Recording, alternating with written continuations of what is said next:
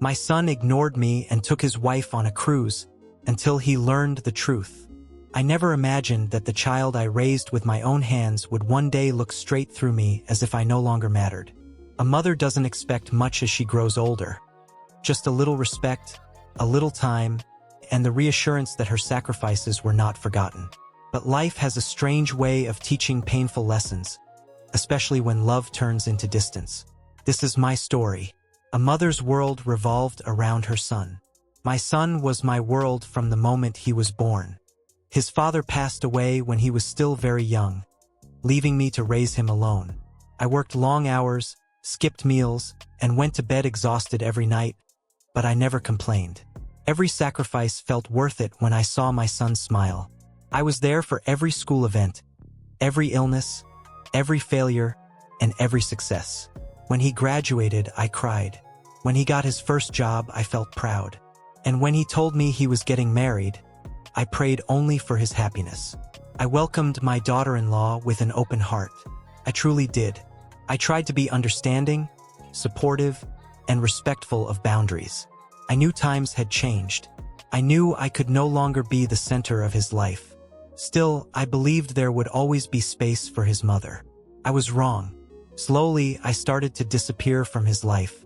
After marriage, things changed slowly, but painfully.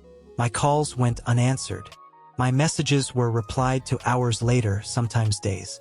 Visits became rare. Holidays were too busy. Dinners were already planned. I told myself not to be jealous. I told myself this was normal. A son builds his own family, and a mother must step back. But stepping back doesn't mean being erased.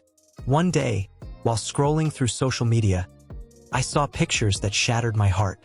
My son and his wife were on a luxury cruise, smiling, laughing, living their best life.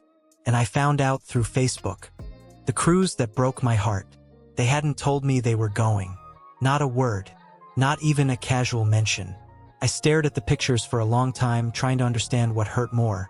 The fact that they went without me, or the fact that they didn't even think I deserved to know. That night, I cried myself to sleep. It wasn't about the cruise. I didn't want a luxury vacation. I didn't want money. I wanted inclusion. I wanted acknowledgement. I wanted to feel like I still mattered. But I stayed silent. I always stayed silent. The secret I was hiding. What my son didn't know, what no one knew, was that I was sick. For months, I had been feeling weak. The dizziness, the pain, the constant exhaustion. I brushed it off. Doctors' visits became routine. Test results piled up in a drawer I never opened in front of anyone. The diagnosis was serious. I didn't tell my son because I didn't want to be a burden. He had his life, his wife, his responsibilities. I told myself I would manage. Mothers always do. I convinced myself that silence was love. But silence can also be loneliness.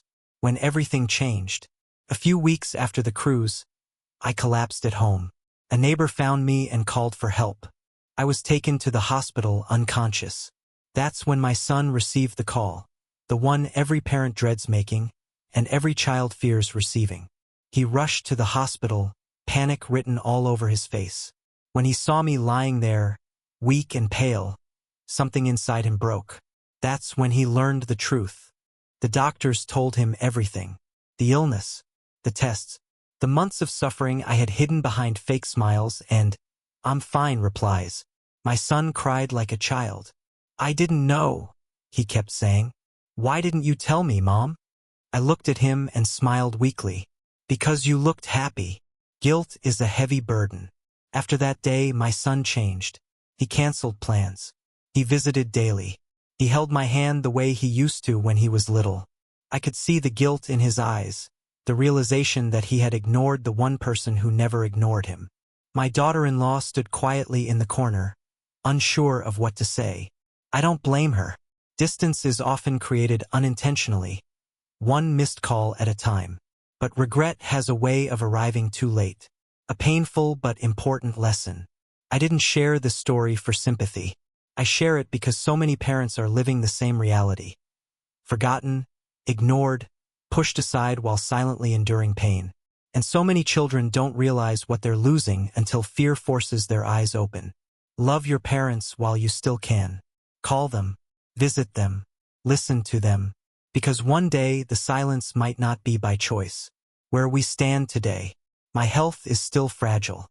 Some days are better than others. But my son is present now, truly present.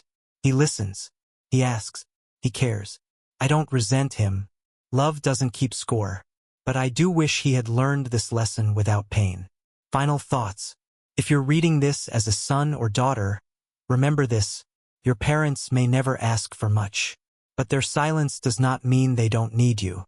And if you're a parent like me, still loving quietly, know this: your story matters, your pain matters, and you are not invisible.